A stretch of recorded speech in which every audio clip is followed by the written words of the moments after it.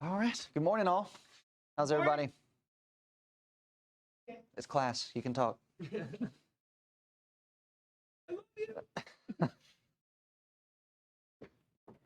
So we're moving on into chapter 6. Finally, some of you may be thinking, but hopefully that's not the case. Hopefully that you realize just how much is packed into this sermon that Jesus is presenting, and just how important it is for us to take the time and to do exactly what inspired writers, the Bible itself says that we're supposed to do, and that we're supposed to study this information, supposed to meditate on the information. That means that you're not going to read this like a newspaper where I'm just kind of breezing through it, trying to get the updates on what's been happening.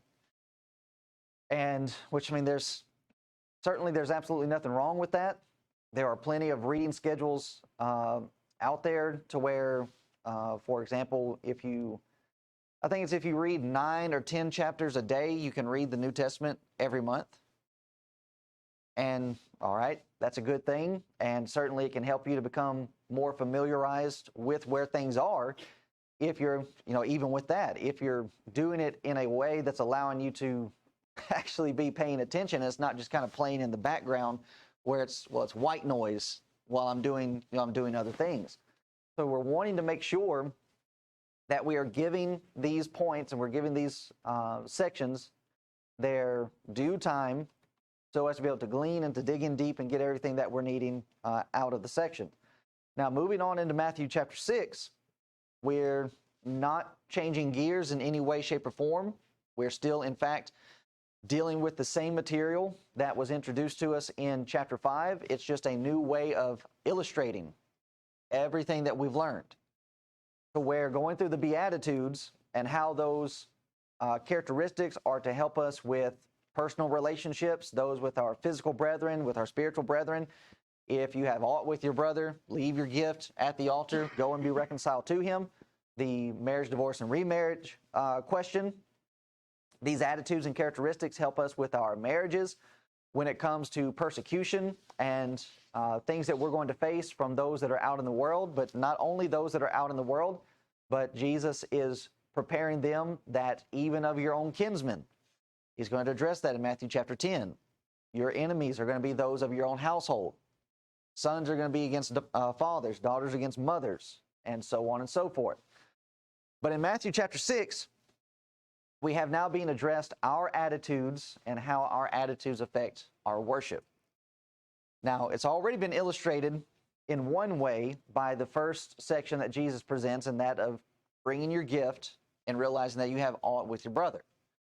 So we're not just dealing with the physical relationship there, but we're dealing with, even in that, our worship to God.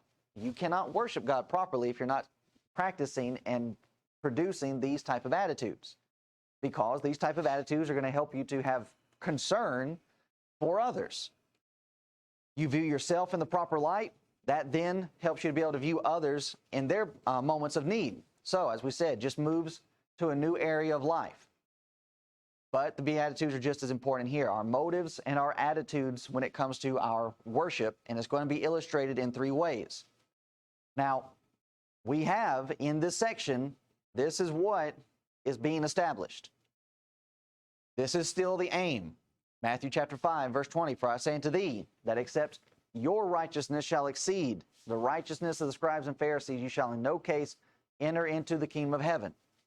So we're discussing the righteousness that exceeds. What does this mean? What does it look like? Well, it goes beyond what the average person would consider is their duty and their responsibility to do. You have aught with your brother? Well, he needs to come and talk to me. No, you go and talk to him. The husband-wife relationship, you only have your eyes set on this one that you've made commitment to. When it comes to making of vows, you keep your word. You don't try to wiggle out of it. Thinking about others. You wouldn't want anybody to do that to you. And so when we get over into Matthew chapter 7 with the golden rule, what is the golden rule?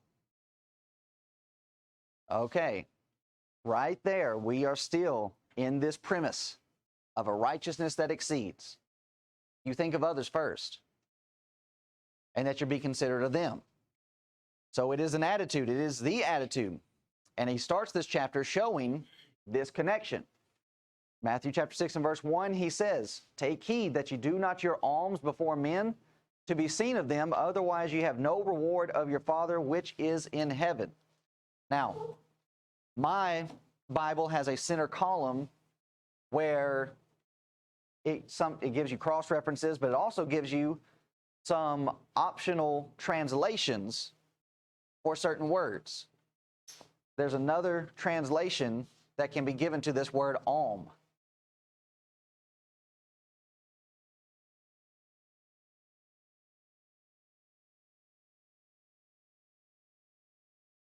Does anybody have another option? Charitable. Okay. No, not quite. For practicing. Okay. And that's the... Okay, so the ASV actually has it translated here, "Take heed that you do not your righteousness before men." And that is a fine translation for that. That when we're discussing here doing your alms, these are righteous acts. Yes? This says charitable deeds. I probably shouldn't put that word. Yep, because alms, we'll just go ahead and address that. What kind of work is the giving of alms? So with the church, it's oftentimes said, well, the church has 3 areas of work: edification, evangelism. There's a third one. It doesn't start with an E. Benevolence. So the giving of alms is charitable works. Giving of benevolence, helping the poor, helping those that are in need. Now, we know from James chapter 1 that the giving of alms, that benevolence, taking care of widows and orphans, how does James describe that? Wow. All right. Pure and undefiled what? Religion. So this carries with it, these are works of righteousness, acts of righteousness. This is involved in the righteousness that exceeds, that goes beyond. You are to be involved in helping others. But in helping others, you got to have the right attitude about it. Can I ask you a question? Yes. Have you ever, because my second verse here says, "Therefore, when you do charitable deeds, do not sound a trumpet." Yeah. You know, and let everybody know. Do you actually that? Have you ever known of anybody that has done that when they're giving and then they're saying, "Hey, look at me, everybody. I'm..." Just look at social media. Well, I mean, in the church. Oh, in the church then? Yeah. Okay, I don't really. I mean, if you take the time to go through just Facebook, Instagram, whatever, you will see at different points brethren, and they're photographing themselves of, well, here's what we're doing over here. Now, on one hand, so even as we're discussing that, there's not anything necessarily within itself that's wrong with that. Other than, with this point, I'm wanting to praise you, brethren, for all the things that you're involved in when it comes to benevolent work. And it very well could be the case that when we put this on YouTube, that there could be some brethren out there that are watching this just like, well, I don't know what he's talking about. And that's the point. We are doing these type of things, but we're not going around tooting our own horn and building ourselves up on just how we are continuously involved in doing these things. It's not supposed to be done like that. Now, I'm going, like different things I may write about in my newsletter, just so as the supporting congregations can see and know what kind of things are we involved in. Yeah, that we're not wasting time, we're not wasting their funds, that we're in fact putting their funds to good use. But we're not just, posting these things all throughout so brethren can just see, oh, look at how good we are. That's not what we're supposed to be doing. So yeah, there are brethren that do that. Yes, if you look at social media, I can understand. Yeah, but I mean, I just never seen anybody really. Oh, I understand. Right. Yeah. Well, So even then, it comes into an area where, let's move a little bit further, and maybe we can get into some more illustrations. So in doing these acts of righteousness, these works of righteousness, these are righteous acts or righteous works that are growing out of these characteristics. So I would say that, and even as what's being presented here, the motivation for it is going to be key as to why people are doing different things. So the illustrations that Jesus is going to use, he's going to use alms, benevolence, prayer, and fasting. And we'll deal with the first two today. These still address the problem of self. That's what we're trying to remove. I'm trying to remove my own desires, my selfish wants, and my selfish needs, and to be able to focus on the needs of others. That's what alms is all about, helping others. Even when it comes to prayer, prayer is not needing to be focused on me all the time and about my wants and my needs, but that in fact I would use the avenue of prayer on the behalf of others. And even when it comes to the realm of fasting, which is going to be connected with the element of prayer, that also carries with it the mindset of solidarity, that I'm practicing in a method of solidarity for the needs of someone else. That we are in such a perilous situation, such a difficult situation, that we are going through this practice so as to help us to be mindful of just how difficult this cause or difficult this time is. This chapter discusses the relationship of self to religion. And it points for us, it shows to us how easy it is for self to get in the way of correct religion. That I can do these things, and these are things that God says that I need to do. God said, give alms. God said to pray. God said to fast. But I can take these and use them selfishly for my own purpose, for my own desire, and not for what Jesus said in Matthew chapter 5 about our good works. What are our good works supposed to do? Glorify our Father. All right. You're the light of the world, salt of the earth. You are involved in doing these things so that men may see your good works and that they will glorify your Father which is in heaven. But I can take these so as to rob God of His glory to where I'm the one getting the glory. And that's exactly what the Pharisees and Sadducees are doing. And to a large degree, that's what we see going on in religion today. Religion, worship, is supposed to be our expression of admiration to God. That means that we are supposed to do things in accordance with how God says that He is to be worshiped. But yet, what have people done with worship today? They have taken it, stolen it, and they're using it for their own selfish desires. Well, here's what I want in worship. Here's what I want in a church. Well, what about what God wants? That's what we're discussing here. You're going through these practices, but you're not going through it with the proper motive, the right attitude. So now, just a point of exercise for our thinking. With what Jesus is going to teach here, and that these things need to be done with the proper motive and the proper attitude. Does this teaching about motive and attitude in worship only apply to these things? Huh? No. Okay. What else do they apply to? Apply back to worship. Okay. So in fact, these things would apply to our singing. Well, Jesus doesn't mention singing. Does He have to? He's talking about worship here. He's talking about religion. Okay. Is singing a part of religion? Singing a part of worship? Yes. Then it applies. Our giving, taking up the collection, proper attitude, proper motive. Does that apply? What Jesus is teaching here apply to that? Absolutely it does, even though it's not mentioned. In discussing the realm of worship and religion, anything that falls within that realm, this is going to find its application. He's just simply using these three so as to discuss the all, the whole.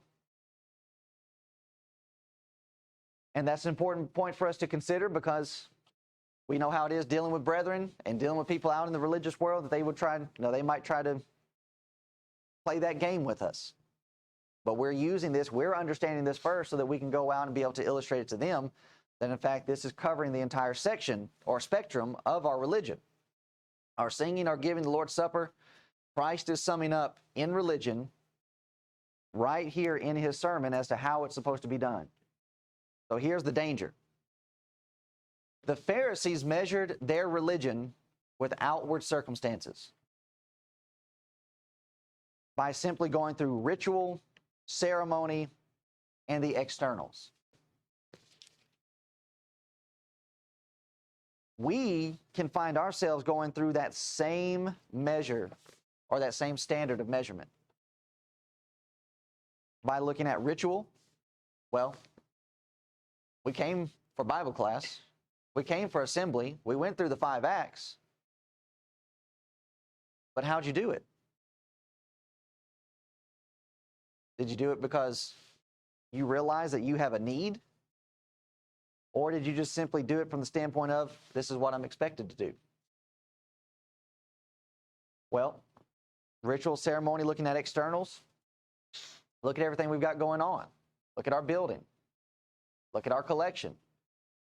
Look at the output, what we're, giving out. All right? But how's it affecting you on the inside? Everything that we do through ritual, through ceremony, through the external, all is designed to have an effect on the spiritual. Is to have an effect on the inward man. The songs that we sing. We can get caught up in going through the motions of, well, okay, yeah, we sing these songs over and over again. And the realization that, okay, that's what we're commanded to do. And then stop actually thinking about what we're singing about. And the encouragement that we're supposed to have from that. And the realization that that is actually us. When we're doing that, we're not just going through the motion, we're teaching one another. That we're supposed to be admonishing and encouraging one another by the songs that we're singing about heaven. Being soldiers of the cross, the fight that we're in. Remembering the sacrifice that Christ has made for us. When we do meetings like this, it actually encourages me more to want to do. Okay. Because you see that we could potentially end up in that way, and I don't ever want to. Right. So I want to strengthen myself so that we can help strengthen. That's you. That's the thing, though, that it's not taught there, other places, because what you're talking about, ritual, you're not taught that this is the safe place. You're taught that, oh, this is the next, like, Oh, place yeah. that you're all, it's not, you're not taught that this is a safe place to recharge, to go out. It is the ritual.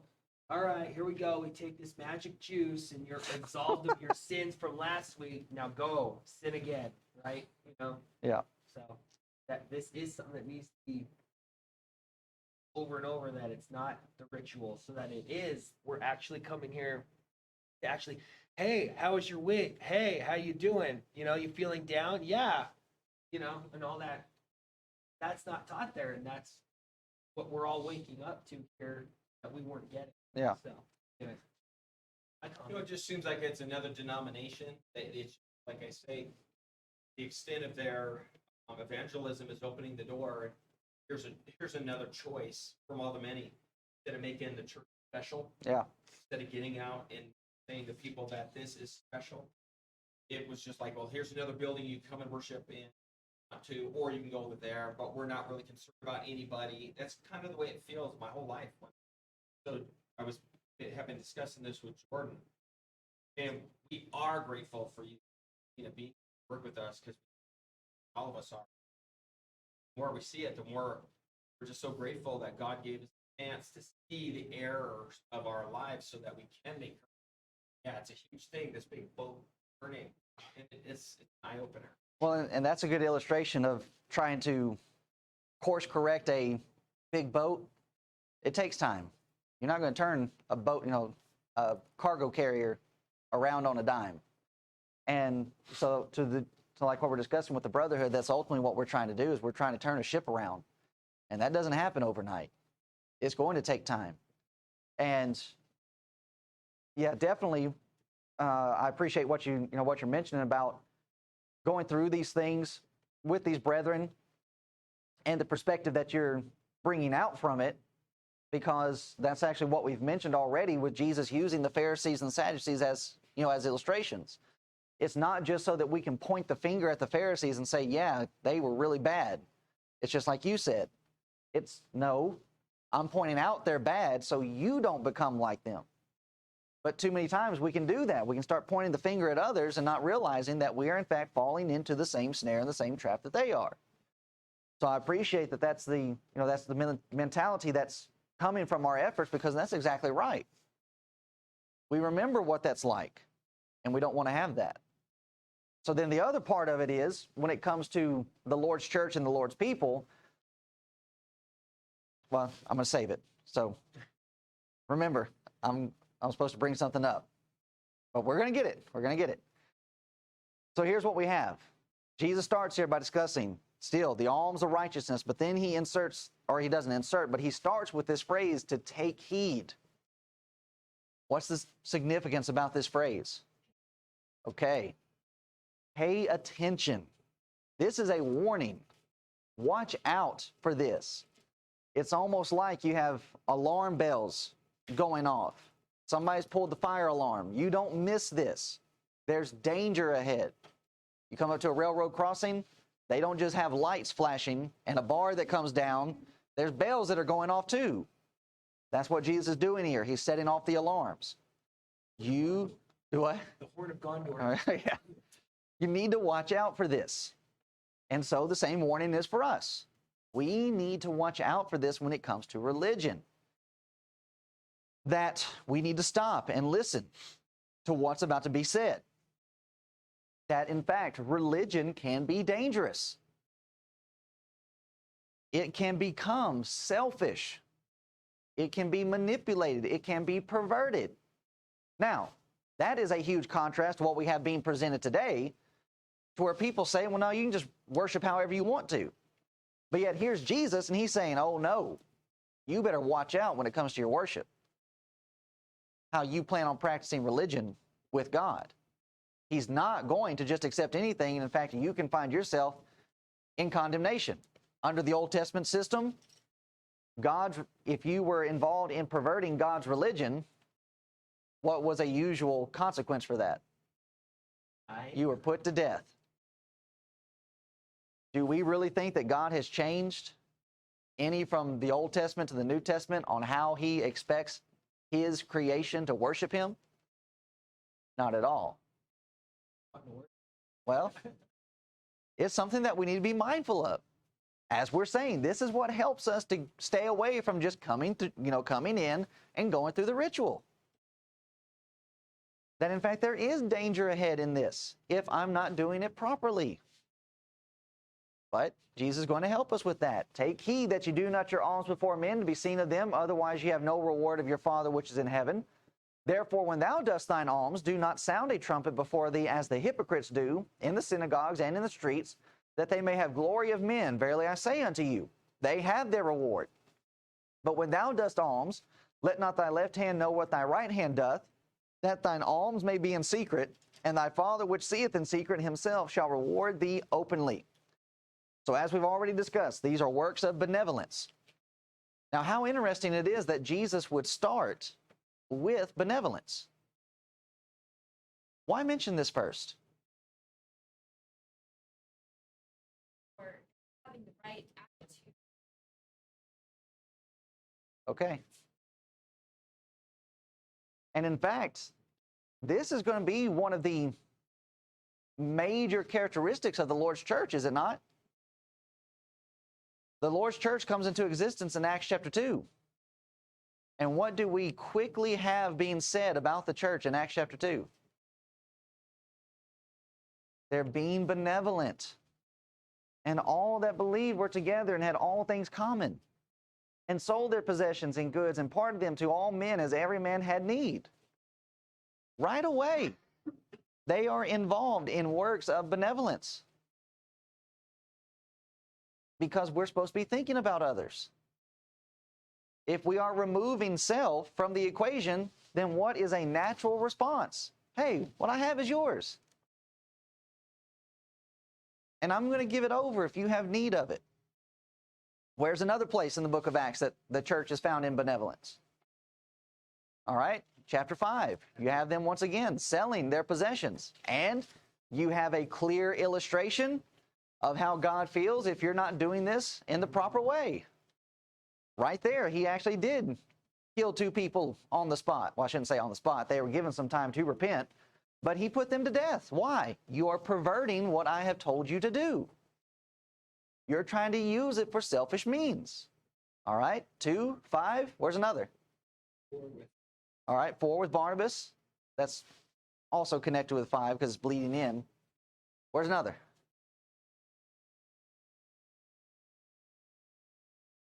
Chapter 6.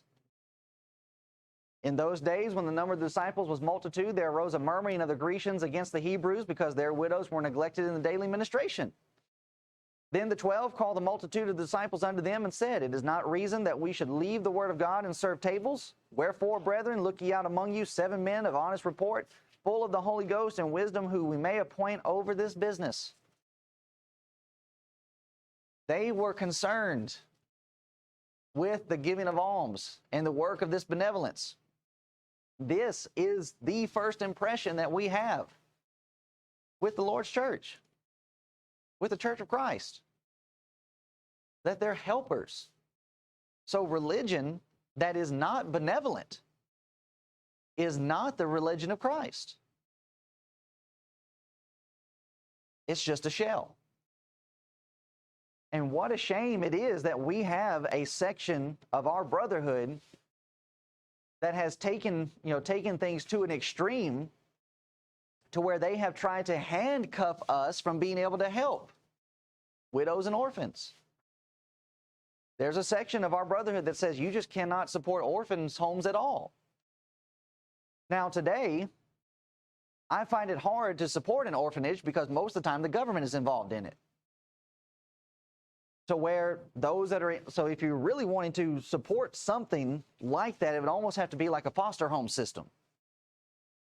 Because in the foster home, they have a bit more control to where they can say, in dealing with unruly and rowdy children, that, well, if you're not going to follow these certain rules, then you'll just have to go to another foster home. And I know of some brethren that have been involved in the foster home system, and they make regulations on the children that you've got to go to Bible class. And if you don't, then we'll just send you to another foster home. But they are treated so well with these brethren that they don't want to go anywhere else. So guess what they do? They submit to that. Under that kind of system, okay, I can give you support for that. Because, so here's the thing. If I can't do that, the only other option that I have to help an orphan is to bring them into my home. And it is expensive to go through the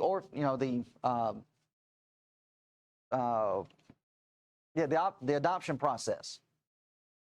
I don't have the money for that. So what's the only other option that I have? Is try to find some good area to where I can give towards this. Or, like I said, these brethren would have to, open up their homes as a foster home, which is perfectly fine. But see, there's the other side of it. When these brethren that are saying, well, you just cannot help orphans or orphans' homes at all, you then raise the question and ask them, okay, well, how many orphans have you brought into your home? Oftentimes the answer is 0. So what you're doing is you're keeping us from doing anything at all. And that's not what we're supposed to be doing. So here are the brethren, and they're setting up these men so as to be able to help this. You don't just turn a blind eye to it. You don't just make excuses about it. You try to find a way so as to be able to do it. So the righteousness that exceeds is righteousness governed by the Beatitudes. And if we're practicing the Beatitudes, guess what we'll be? We'll be benevolent, and we'll be benevolent for the right reasons. So to look at these brethren and simply view them as being, well, these are people that were baptized, and thus they're Christians. That is a very shallow way of looking at brethren. I think And that is how most of the brotherhood wants to look at those that are Christians. Well, they've been dunked in water. Yeah, but do they have these characteristics? They should. Most of the time they don't.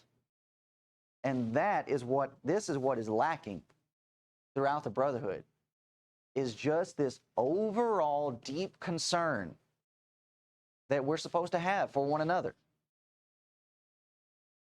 So to just view them as being, well, yeah, they're baptized, and then to miss this, we are really missing the point. Notice here. So here's going back to Adrian's question about, tooting of horns and different things like that.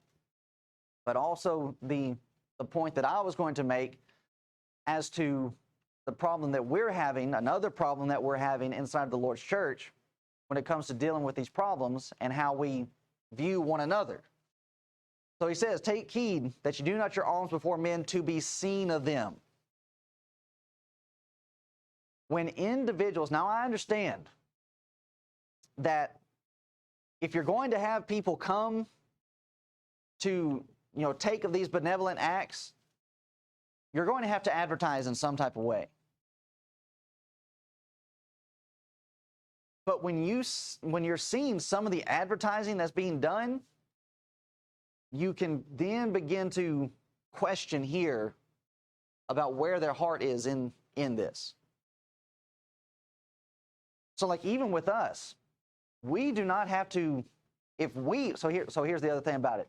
If you're doing this properly, do you have to put signs out to come see the Church of Christ if you have a need? Or won't the word just get out on its own? Other people will spread the word. That's just my business. Okay. We tried to advertise one time on yellow pages, but then after 1 year, we found out that barely anybody advertised, that saw that advertisement there, so they got it through word of mouth. Right. So we ended up quitting. Oh, you're going to be sorry. Right. So that's what's going on with God's system. God's system is, hey, you just do this for the sake of doing it. And as you do this, it's going to grow. The word's going to get out. You're not having to do all this advertising so as to have people see you do it. And even then, it's not even something that's needing to be done in open. It's something that's needing to be done in secret. So just as I said, you brethren are to be commended for your desire to be involved in benevolent work and the benevolent work that you've already been involved in. Most of the brethren that are going to be watching this on YouTube are not going to have a clue as to what we're talking about. And that's exactly the point. Right. Yeah, if you want to call me, I'll tell you all about it. No. And here's the reason why. To be seen of them, otherwise you have no reward of your Father which is in heaven. You are doing it just for the sake of having men say how wonderful you are, how good you are. And if you do that, you have no reward of your Father which is in heaven. That is your reward. That's what you get. That's what you're looking for? All right. That's what you're going to get. Therefore, when thou dost thine alms, do not sound a trumpet before thee as the hypocrites do in the synagogues and in the streets. They're trying to do this openly. Here's the synagogue where everybody's congregating. Well, let me set up shop right there so everybody can see me. Here's the street, the place of commerce. Everything's hustling and bustling. Well, let me set up right there in the middle so everybody can see me do these good things that you do, that they may have glory of men. Verily I say unto you, they have their reward. But when thou dost thine alms, let not thy left hand know what thy right hand doeth, that thine alms may be in secret. To be seen of them as the hypocrites. To be seen comes from the Greek word theotathene. Now, before you read the rest of the definition, if you haven't already, what English word does that sound like? Theotene. Think about it from the aspect of to be seen. Theotene.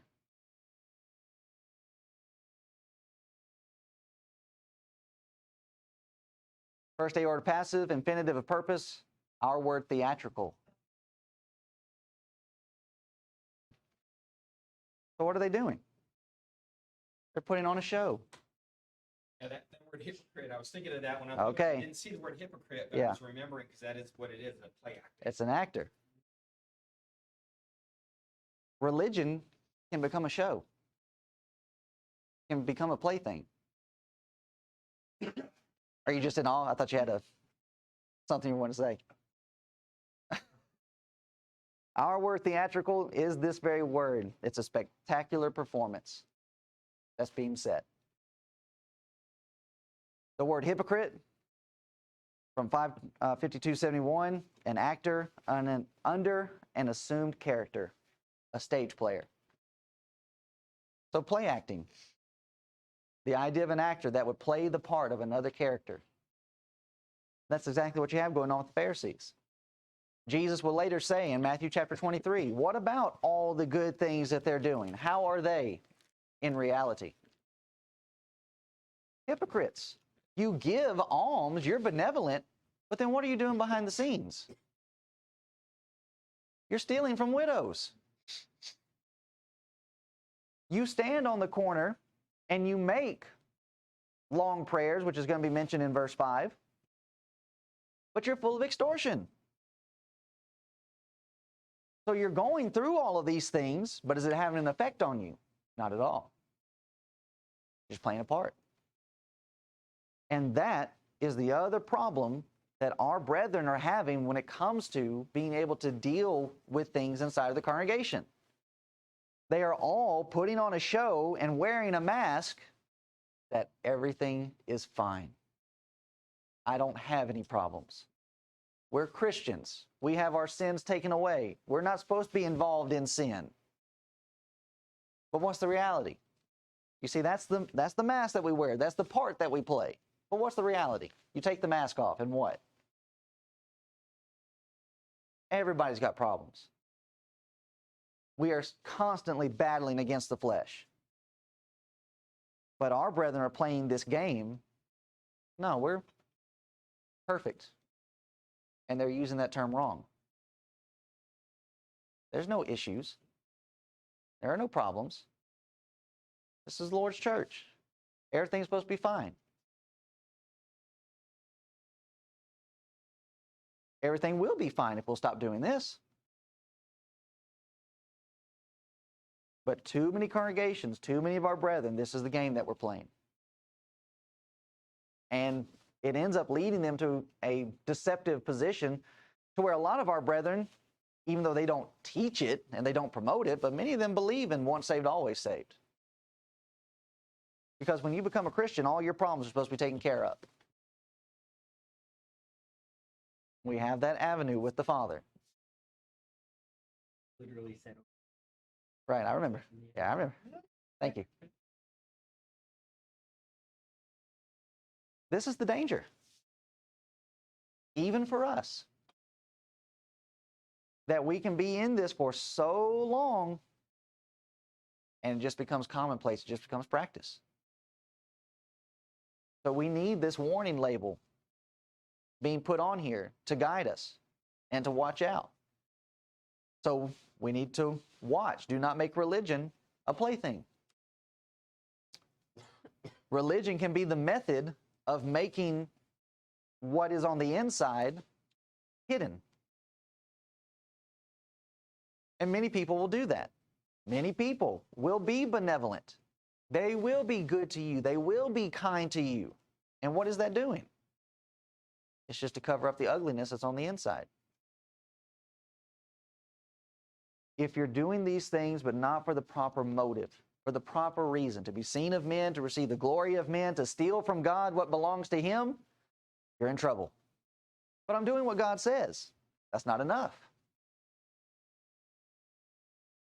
It's to do it with the right, proper intent. Do I use things that men can see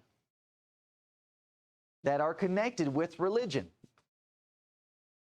and that are connected to God, and use that as a mask for who I really am.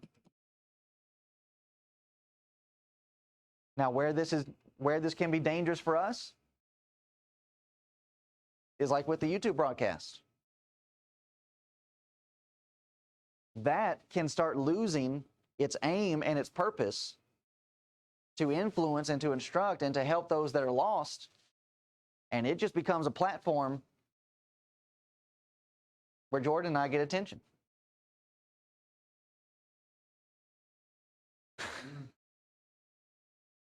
Even what I'm doing right now this morning, if not from the proper perspective and proper motivation, can just be a platform to where I need the attention. I want to be praised. Even with the tent meeting,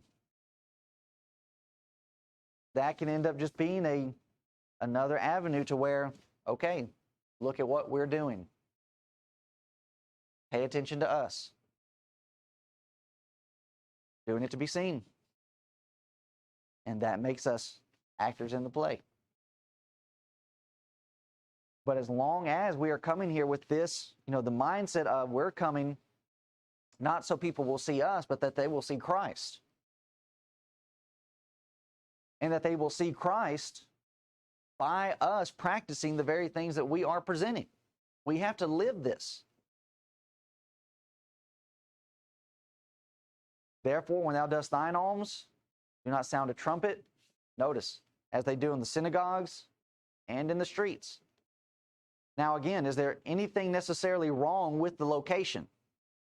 No, there's not anything wrong with the location. But it has to do with, why are you choosing this location? Religion can be selfish. Look at me. If I give so as to be praised of men, then I've missed the meaning of giving. And that's one of the major ways that the collection is set up the way that it is under the New Testament system. We give, but I don't know how much everybody's giving. And I don't need to be advertising how much that I'm giving. Now, somebody's got to know because they have to count it. And with how we give today through checks and different things like that, your name is being set aside, aside with that, but even still, I'm not going around and sounding an alarm. Here's what I gave today, because that's not why I'm giving. I don't care who knows how much I'm giving as long as God knows that I'm giving as He wants me to. That it's in secret. And that's not being used for selfish means. So here we have being illustrated to us. This is how religion can become self-righteous. Why the Pharisees, Sadducees had such a self-righteous attitude? Because all of this is centered about them. It's focused on them.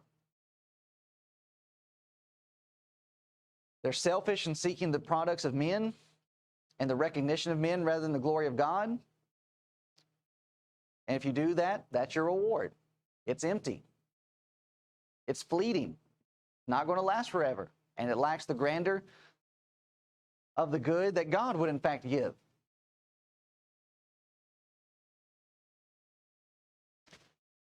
But here's how we're supposed to be. But when thou doest alms, let not thy left hand know what thy right hand doeth. Now there's a lot of speculation as to what Jesus means by not letting your left hand know what your right hand is doing, but He gives us what He means right here in verse 4. That this is done in such a secret way that even I'm not keeping track as to what's happening. My right doesn't know what my left is doing. And you're doing this in secret, that thy Father which seeth in secret Himself shall reward thee openly. So here we have Jesus affirming what He mentioned, what we mentioned from Corinthians. And the study about giving, that giving has a double reward. I'm giving of alms so as to help the person in need. But then look at this. Our Father is going to reward you for what you've done. They're blessed by me giving, and God is going to bless me in return. Everybody benefits from going through this practice. The one receiving is blessed. The one giving is rewarded by the Father. So as we said, if you do not let me bless you in giving you of what you need, why would you want to rob me of a blessing? Just be thankful and realize, all right, we're in this together. We're caring for one another. And even when we're considering this as to where we're wanting our reward to come from, and thy Father which seeth in secret himself shall reward thee openly. Who can reward better than God? Nobody can. So where should I be setting my focus on as to where all of my blessings are going to come from? Coming from God. So what about when I find myself in situations where physically I might have to suffer materially? Threat of losing a job, losing income, whatever. It's all right, because there's somebody else that's going to take care of me. And the funds, the resources that are at God's disposal are not going to run out. That well is never going to run dry. So why are we here? Why are we doing these things? For the glorification of the Father. So that He will get the praise. Now, will people appreciate us? Certainly they will appreciate us. But even with that, the appreciation that they will give to us, we should be ready to say and to point to them, listen, the only reason why I'm doing these things is because God's already been good to me. That God has already blessed us in such a degree that I'm ready to do what He says. So as to help them to realize and to help them to acknowledge, okay, I need to be involved in the same thing too. I need the religion that you have. And what a shame it is that with many in the world, when they look at our brethren, they don't see this. They're not seeing the brethren give so as to help others that are in need in the world. A lot of what you see the brethren spending their funds on is selfish. Things that were good in the past, like the lectureships, in the past, there were plenty of people that were obeying the gospel from the lectureships. But now the lectureships have turned into nothing but meet and greet for the brethren. It's all about us.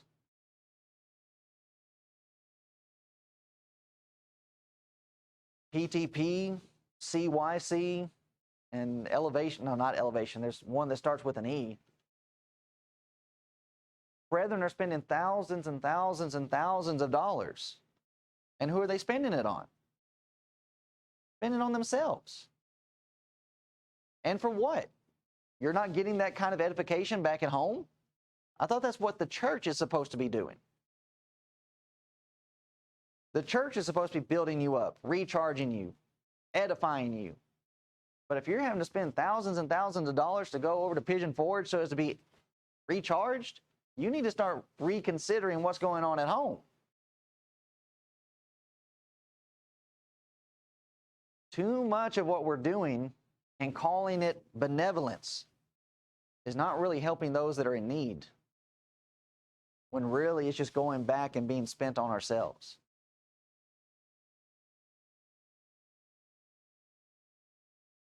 Now, a lot of what goes on in Christianity is designed for us.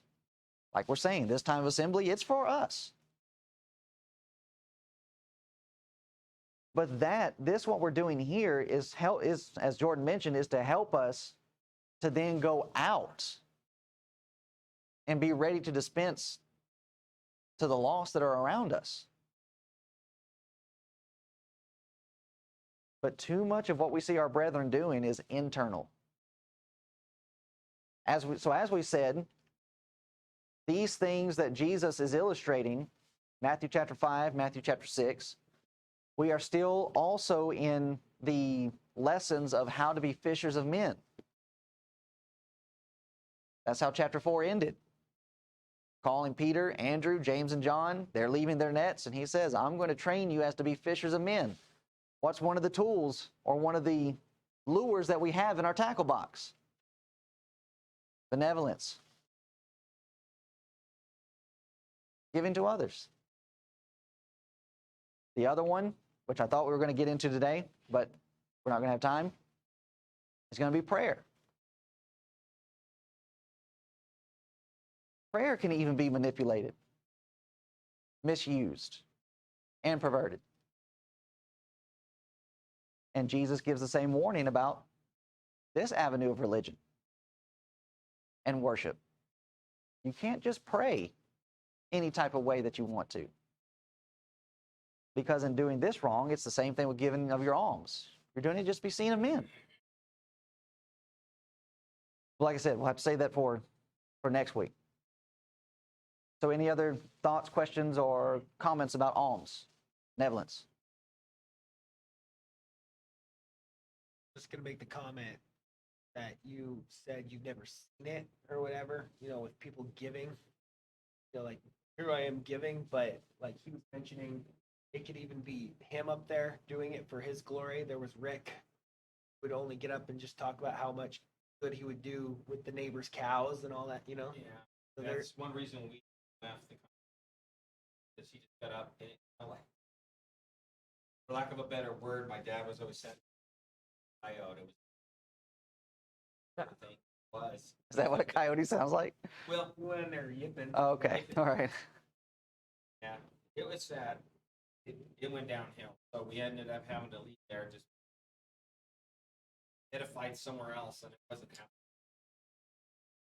We wanted to hear godly words and not hear about a God and man stuff for himself. It was, I don't know. Just saying. Well, no, I mean, I've learned pretty early on that if you're going to use illustrations like that, it's usually better to use illustrations of somebody else to be able to give somebody else the praise and the attention, even though they may not be, they're not looking for it. But if it fits into the discussion and fits into the illustration, it's like, well, I'm going to use this. And even with it being, the whole thing of it being done in secret, just like, okay, many of you brethren don't even know this is going on. But this is the point. And, so even then, it's not a thing of that I'm trying to get the spotlight on whoever, but if it keeps the spotlight off of me, then that's even better. Because, so even there, a lot of people expect, well, yeah, we expect you to be doing this because we're paying you to do this. But then when it turns into, well, no, there are other people that are actually doing this. Then it's like, whoa, okay, didn't realize that. Let me get in on this. So it ends up snowballing, ends up growing as it needs to. So yeah, that's a good thought. Anything else?